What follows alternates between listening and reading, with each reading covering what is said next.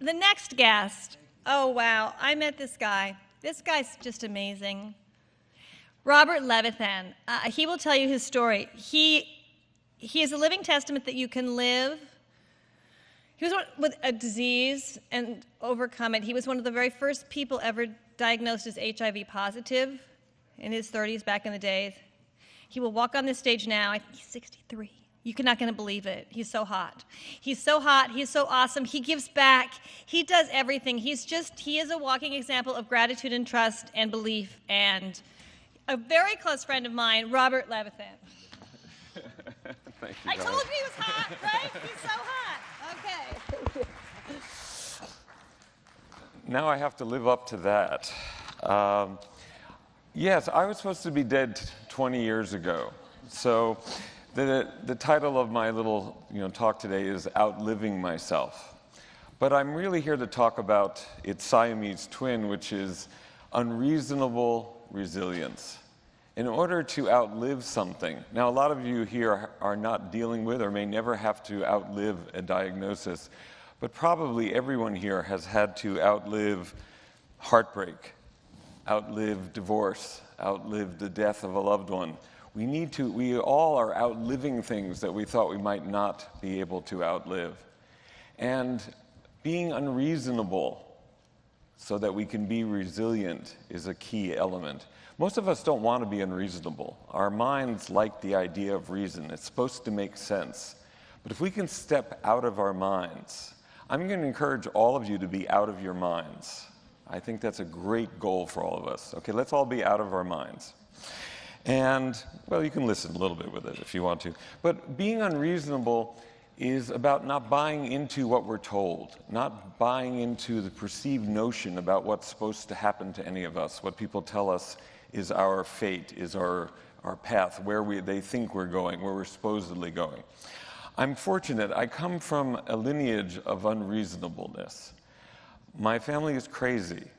I'm very fortunate. I grew up with many people in my family system who were told they were going to die before I was born, and then they lived through their lives. They lived to be 75, 85, 95. And I saw this was what's possible if you don't listen, if you don't take it in when someone gives it to you. So as Tracy said, let me talk a little about my story. I tested positive in 1984 as part of a study before the HIV test was available to the general public. I believe that I was probably positive as of 1975. That would be my guess. I wasn't surprised when I tested positive, but it's sort of the difference between being engaged and being married. They're just a little more serious, the commitment you've just found out about. And so I decided, okay, how am I going to deal with this? Well, what I did is I dove into the support community. I became a buddy at GMHC, and I wanted to be around what was happening because I figured if I'm in the center of it, I'm going to hear the things I need to hear. During this period, I ended up becoming part of a lunatic fringe, the people who were saying that you don't necessarily have to die. I walked into a support group in 1986, and people were not talking about how to prepare for death. They were talking about how to live the rest of their lives. That sounded interesting to me. So it was a life-changing moment. So for some reason, I never actually believed that I was going to die of AIDS or HIV. That was unreasonable in 1984, believe me. What the doctors were saying, the medical community was, you have basically 2 years to live, and probably the last year or more of it won't be a lot of fun. And I thought, well, we'll see, won't we?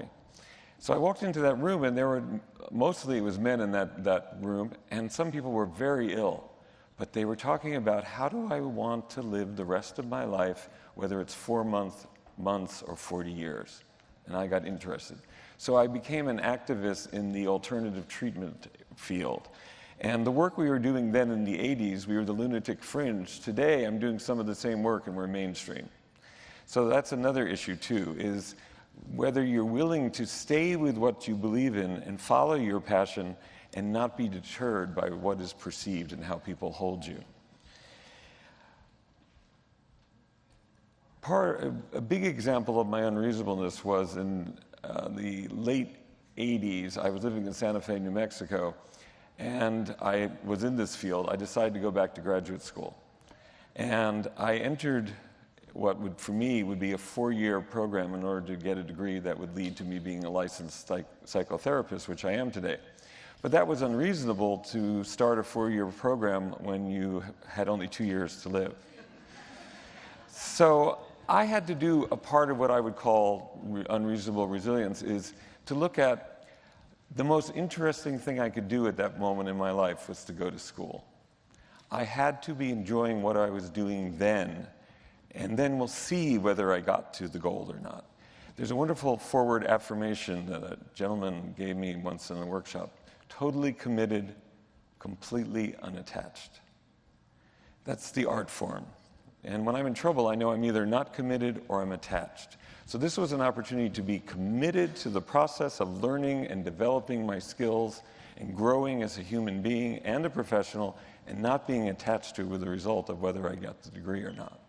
And 3.5 years into the program, my immune system collapsed. 10 or 20 years, perhaps, after I acquired HIV. And I almost died. I was very ill. And I came through that, and I managed to finish my degree. So I did get there. And I'm glad I did, because, as I said, I outlived myself. And there was something that happened. The AIDS paradigm shifted.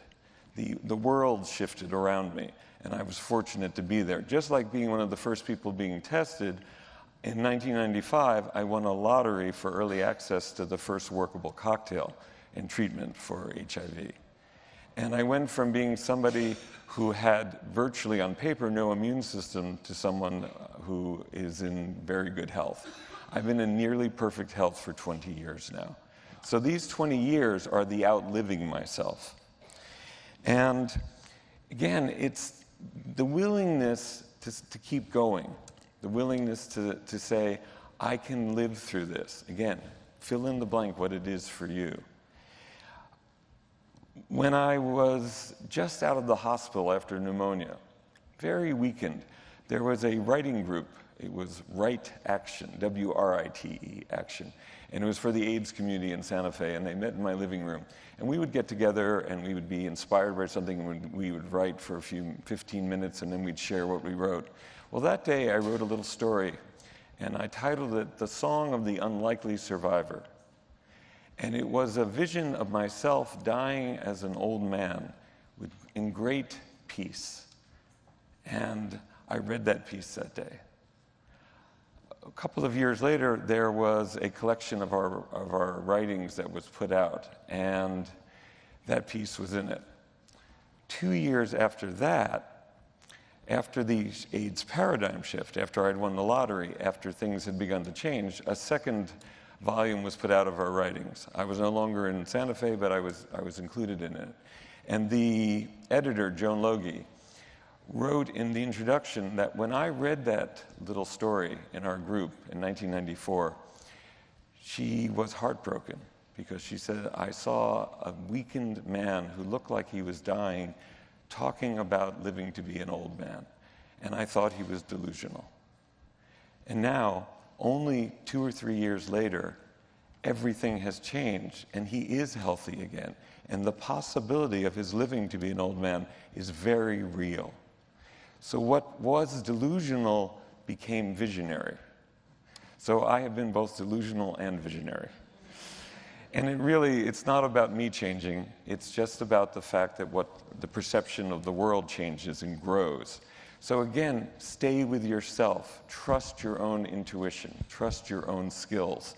One of the biggest things about unreasonable resilience is the belief in who we are and what we've already gotten through. I already know from listening to other people speak to you, asking you to raise your hands, everyone in this room has already gotten through many things. You have built up psychic muscles that are there. And the thing we often do is we forget who we are. When something comes up, we think, this is something I can't handle. Well, why couldn't we handle it? We've already handled something that's even bigger. Our security can never come from things not happening. Our only security comes from knowing that when things happen, we deal with them. That's being resilient. So I'm here to encourage you to look for win-win situations in your life. If you are facing your mortality, use that to really say, am I fully living? I like to think every year that perhaps this could be my last year on planet Earth, so I better be fully alive. And now I add in, I might live to 90, because I come from a family where people live to be very old. Our motto is, the good die young, we live forever. So I might be here for a long time, so I have to work with both of those. I bring both of those into the equation. I don't want to miss anything, and I also want to be fully alive for a while and see what happens. So I'm here to encourage you to take whatever has happened, whatever will happen, and use it as fuel. We can take it, we can transform it, we can dare to have the courage and be unreasonable, and we can outlive diagnosis, we can outlive illness, we can outlive divorce, we can outlive a spouse or a loved one, we can outlive a broken heart. Thank you. Thank you. Wow. Thank you.